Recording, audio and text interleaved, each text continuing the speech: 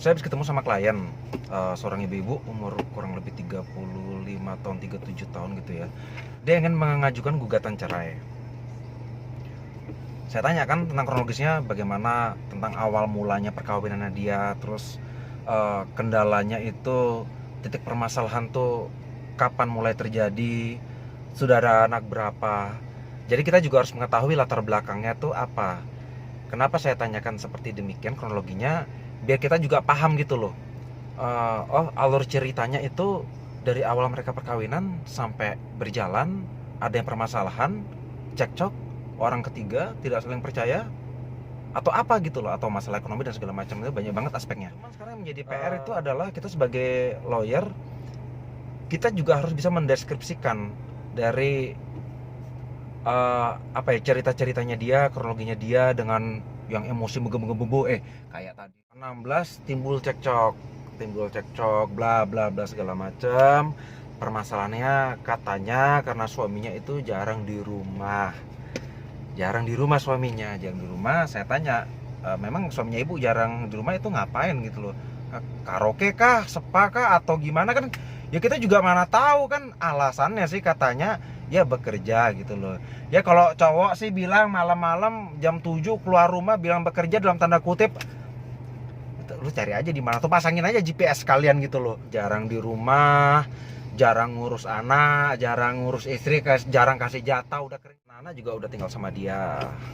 Anak-anak tinggal sama dia, sudah sering cekcok berapa kali, sudah pisah ranjang. Si wanita juga sudah sempat pernah pulang ke rumahnya dia sendiri, lalu dicari lagi sama suaminya. Akhirnya kembali pada tahun 2018, yaitu akhirnya mereka kembali lagi satu rumah dan terjadi lagi. Pada intinya sudah dibicarakan oleh sesama keluarga, tidak bisa, dan kedua belah pihak juga katanya sudah pernah mediasi, tidak bisa kembali akur atau rujuk seperti dulu lagi. Jalan satu-satunya ya adalah perceraian gitu loh. Cuman di sini saya sarankan juga kepada mereka bahwa dengan kita mengajukan gugatan cerai itu tidak serta-merta langsung perkara dikabulkan atau perkara langsung diperiksa, tidak seperti itu, karena kita juga harus mengetahui alur prosedur mekanismenya seperti apa.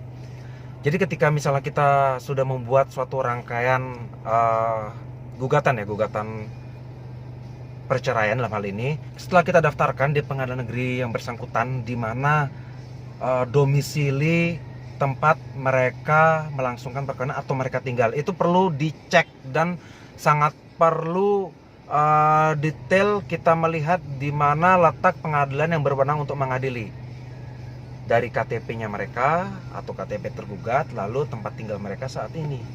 Itu yang terpenting. Jadi jangan sampai salah kita mengajukan kompetensinya. Itu yang terpenting. Harus hati-hati. Lalu yang kedua, setelah registrasi selesai, surat kuasa selesai semua, bayar registrasi perkara, skum, penjara perkara, setelah itu barulah kita menunggu tahap proses pemanggilan. Dan setelah kita menunggu kurang lebih dua minggu atau sampai 1 bulan pada jangka waktu normalnya, itu kita mendapat surat atau rilas panggilan sidang itu langsung. Kalau misalnya pakai pengacara ya itu langsung ke pengacara. Sampai mana tadi ya? Oke, sampai tadi kita udah daftarin itu, kita menunggu panggilan. Setelah panggilan itu akan ada namanya proses mediasi, penunjukan dari majelis hakim. Mediasi itu akan ditanya lagi kedua belah pihak, gimana gitu loh, kenapa kok masalah bisa seperti ini, nggak bisa diperbaikin, cobalah rayu-rayu dulu. Dan kebanyakan mereka mediasi itu untuk tinggal satu rumah lagi, satu kamar, coba deh lagi, coba dibaik-baikin lu sayang dilusus kepalanya, atau nggak lu jitak-jitak lah, jambak, tampar gitu loh, bila perlu lusur kayang gitu loh, gitu yang gitu loh, borgol aja sekalian tuh kan. Oke, jadi akan diberikan waktu 40 hari untuk saling introspeksi. Setelah misalnya dalam tempo waktu 40 hari tidak ada jawaban sama sekali dan tidak ada perubahan, tetap ada gugatannya, maka majelis hakim akan masuk ke pokok perkara. Oke, kaitannya dengan apa yang tadi saya katakan, kenapa lebih baik menggunakan pengacara. Jadi begini, kita sebagai pengacara kita mengetahui dasar hukumnya, itu yang pertama. Kita tahu hukum positif Indonesia itu bagaimana, hukum acaranya itu seperti apa gitu loh. Bukan serta-merta kita datang juk oh pengacara, pakai pengacara, udah perkara kan simpel nih, kita udah mau cerai gini gini gini, itu simpel lah. Tidak, ini satu yang perlu saya tekankan ya, bukan masalah perkara ini simpel atau tidak, there's not easy like that gitu loh, nggak bisa kayak begitu. Jadi semua perkara kita harus menganggap itu semua berat. Yang pertama tanggung jawab moral, yang kedua itu beban kita untuk melakukan pembuktian di dalam persidangan itu tidak mudah gitu loh. Yang ketiga, misalnya kalian atau misalnya prinsipal maju sendiri belum ada pengalaman, itu mental kalian akan diuji.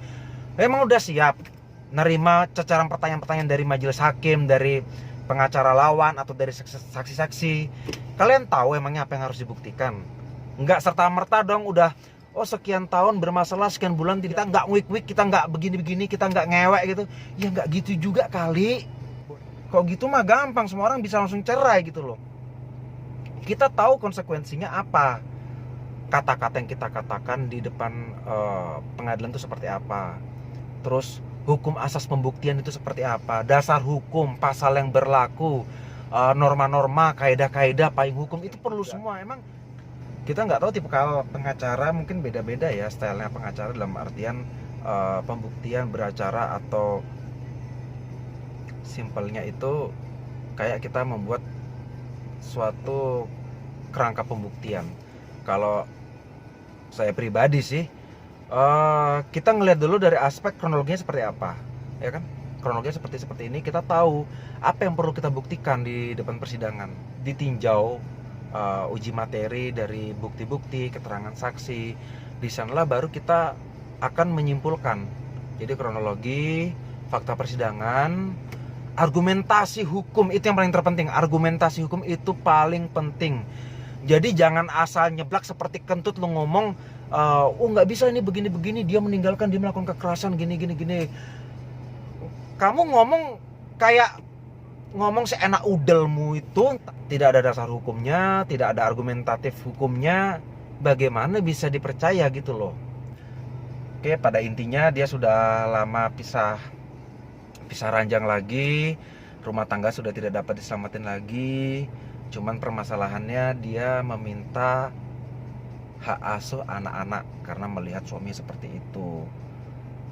Agak susah. Nah inilah satu lagi nih ya, kalau misalnya lu pade mau minta hak asuh anak, tentang hak asuh anak, ingat juga, lihat lagi kembali ke undang-undang perkawinan, syarat-syarat untuk mendapatkan hak asuh anak itu apa, syarat-syarat kehilangan hak asuh anak itu apa. Tuh banyak sih, ada PP-nya juga itu, bagaimana syaratnya kehilangan hak asuh anak. Nanti akan dinilai oleh majelis hakim mana yang berwenang dan mana yang lebih bisa memberikan pendidikan layak terhadap anak-anak. Kan sebenarnya intinya seperti itu aja. Mungkin sekitar itu aja sih yang bisa aku share ya untuk hari ini. Maksudnya dari tahap untuk pengajuan gugatan, persidangan, terus hasil meeting, perkara-perkara yang sedang lagi running. Mungkin ini dulu yang bisa saya share buat kali ini. Mungkin ada teman-teman juga yang mau ingin bertanya, konsultasi, silahkan komen di kolom di bawah ini. Mungkin ada teman-teman juga yang punya keahlian atau punya pengalaman, kita bisa sharing, kita bisa gabung. Terima kasih atas respon positifnya. Terima kasih juga sudah mau mantengin ini channel. Kalau sekiranya ini bermanfaat bagi teman-teman semua, mohon like, share, and subscribe channelnya. Thank you semuanya.